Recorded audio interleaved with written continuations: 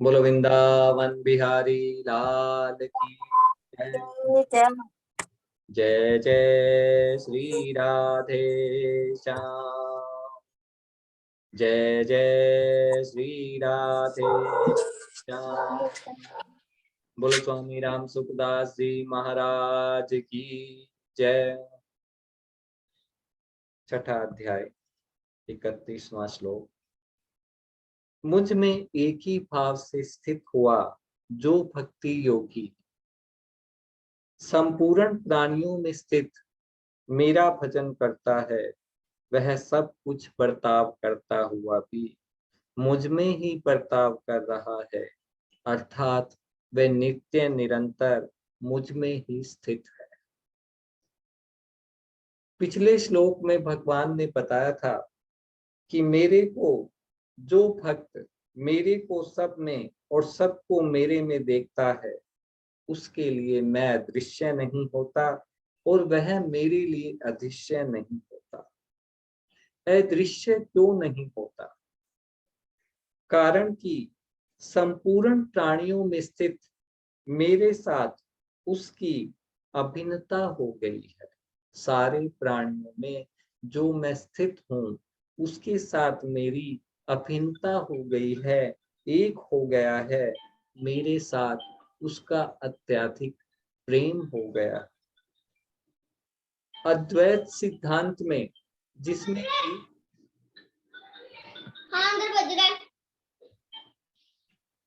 किसी का अनम्यूट हो गया है।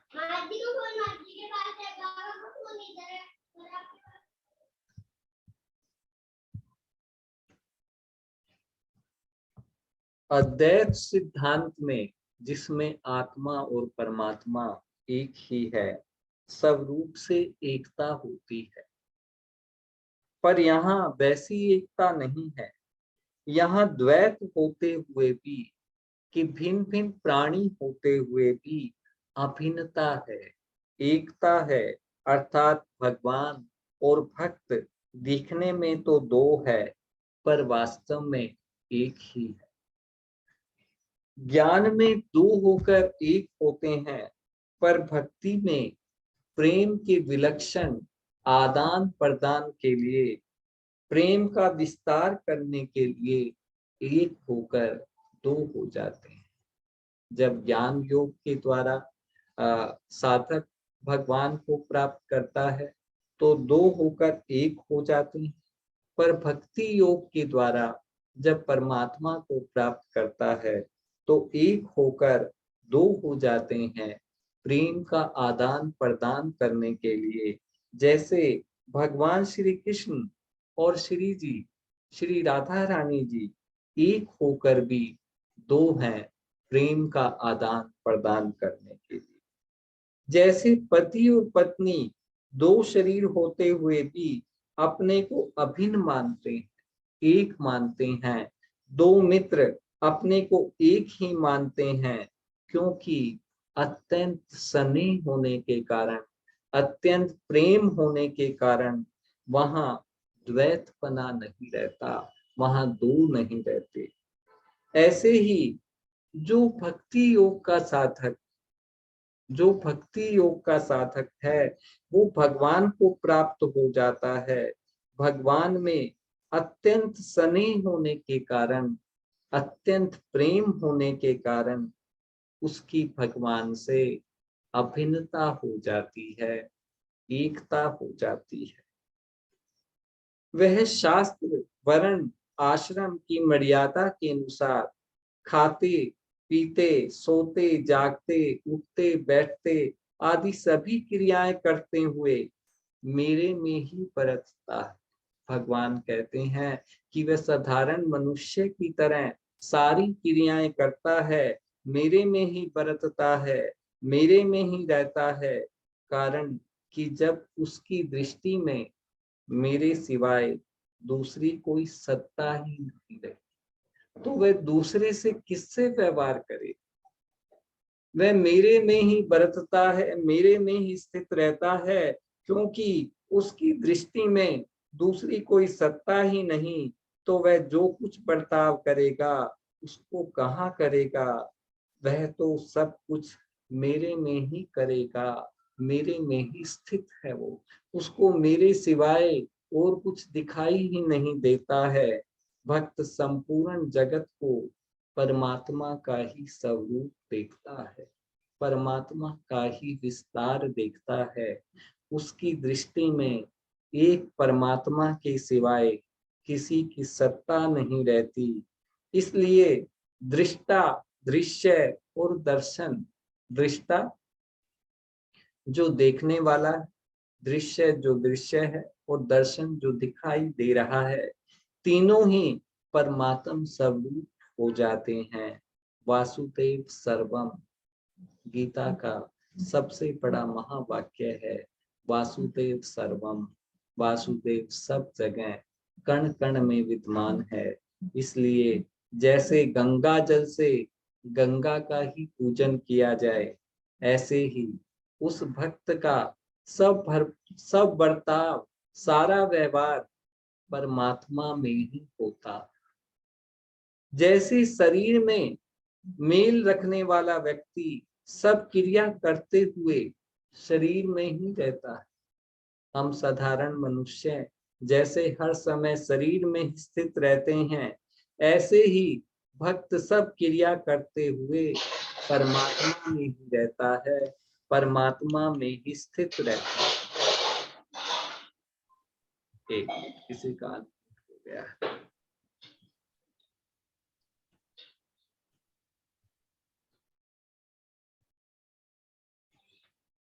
32वां श्लोक। हे अर्जुन, जो भक्त अपने शरीर की उपमा से सब जगह मुझे समान देखता है और सुख अथवा दुख को भी समान देखता है, वह परम योगी माना गया। जैसे साधारण मनुष्य शरीर में अपने को देखता है, शरीर के किसी भी अंग की पीड़ा न चाहकर, किसी भी अंग से द्वेष न करके सब अंगों को समान रूप से अपना मानता है, ऐसे ही भक्त भी संपूर्ण प्राणियों में अपने अंशी भगवान को देखकर, भगवान ने जितनी भी योनियां बनाई है कि उनमें जो अंश है आत्मा के रूप में, वह तो भगवान का ही है, तो वह सारी प्राणियों में भगवान को देखकर सबका दुख दूर करने तथा सुख पहुंचाने की समान भाव से स्वाभाविक चेष्टा करता है। वह वस्तु, योग्यता और सामर्थ्य को अपनी न मानकर भगवान की ही मानता है। जैसे गंगा जल से गंगा का पूजन किया जाए, दीपक से सूर्य का पूजन किया जाए, ऐसे ही भक्त भगवान की वस्तु भगवान की सेवा में अर्पित करता है। वह सारी पदार्थ ये मानता है कि सृष्टि में जो कुछ भी विद्यमान है वह भगवान का ही है, और भगवान की बनाए हुए पदार्थों से ही, भगवान के ही पदार्थों से मैं भगवान की पूजा कर रहा हूँ, भगवान की सेवा में अर्पित कर रहा हूँ।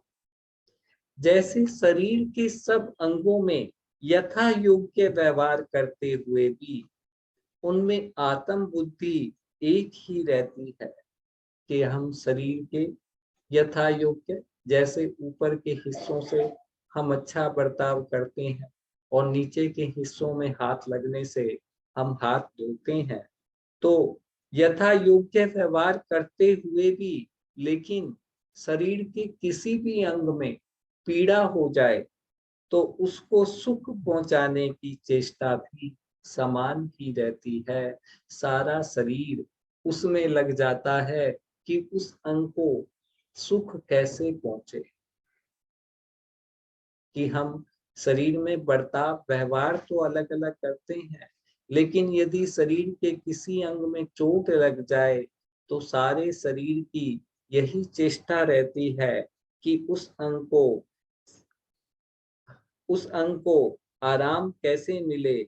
ऐसे ही जैसी देव वैसी पूजा के अनुसार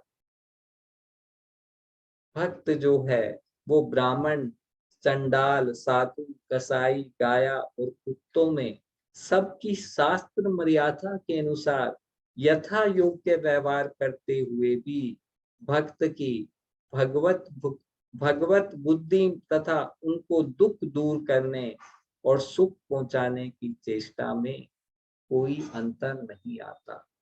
कि भक्त जो है वो उनका उनसे व्यवहार तो अलग अलग करता है, गाय से अलग व्यवहार होता है, कुत्ते से अलग व्यवहार होता है, लेकिन यदि किसी को कोई दुख पहुंच जाए, किसी को कोई चोट लग जाए, तो उनको सुख पहुंचाने की चेष्टा में कोई अंतर नहीं होता।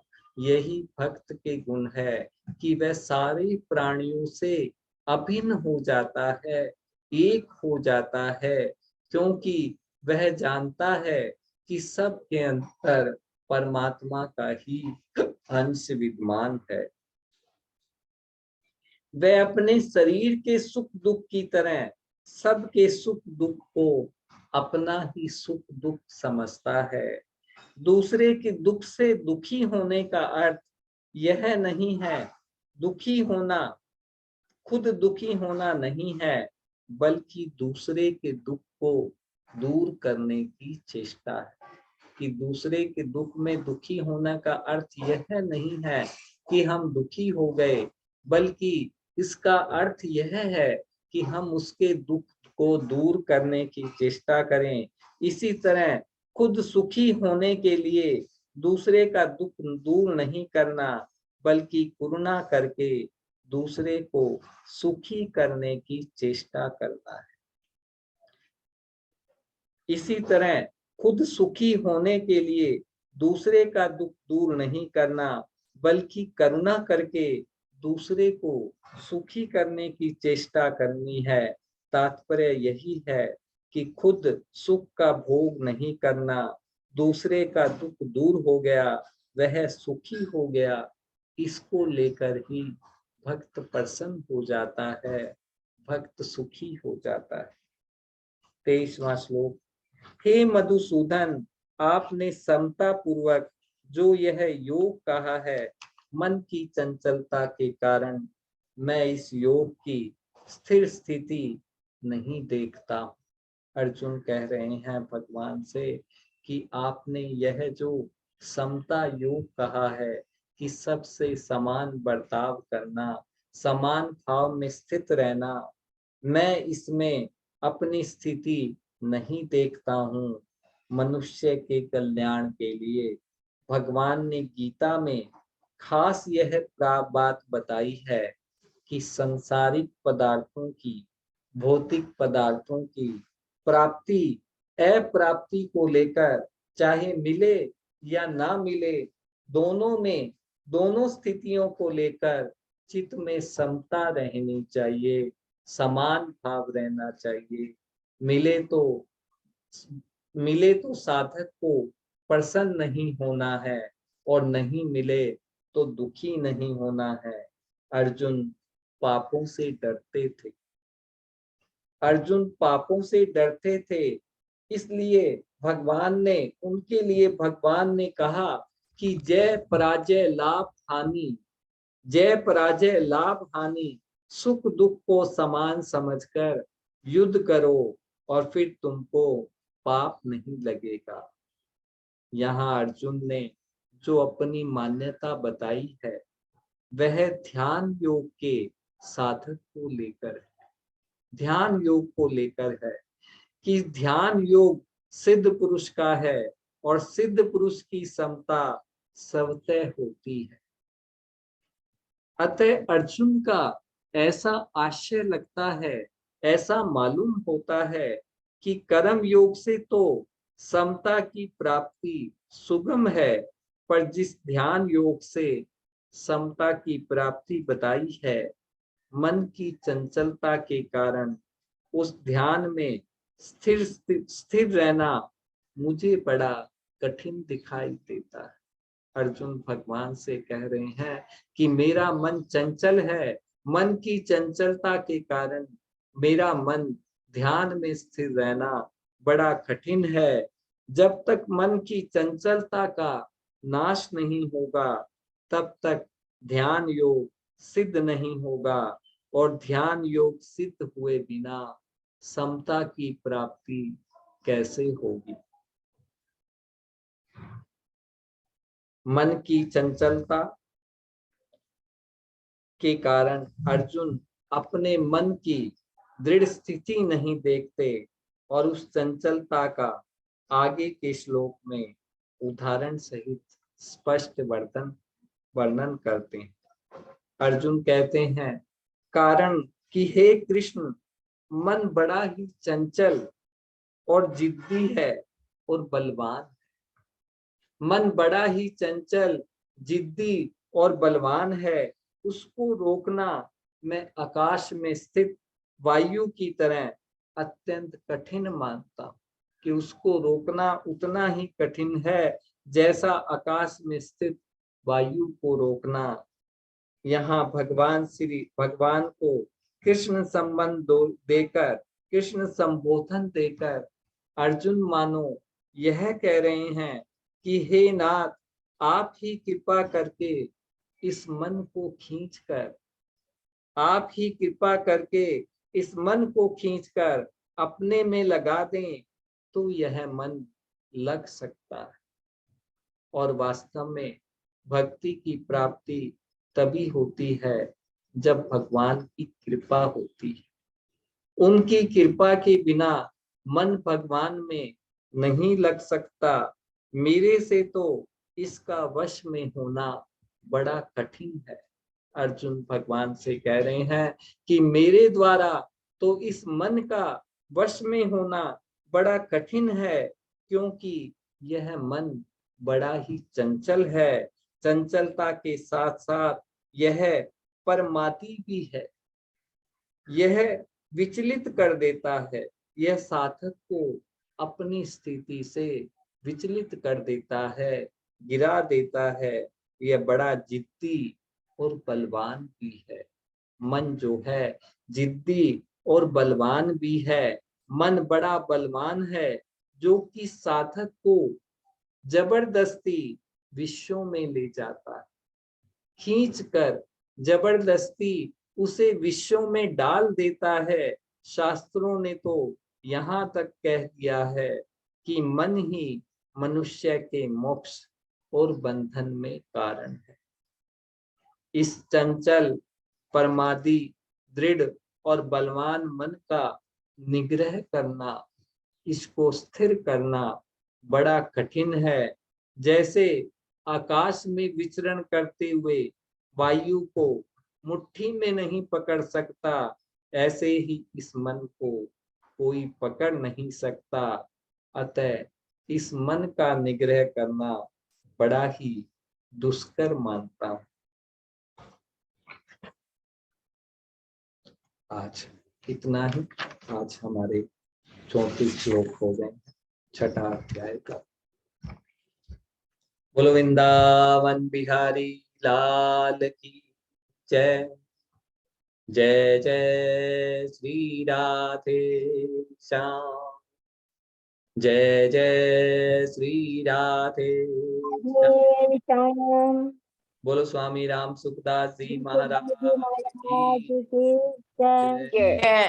जय। सबको राम राम, सबको राम राम, सबको राम राम।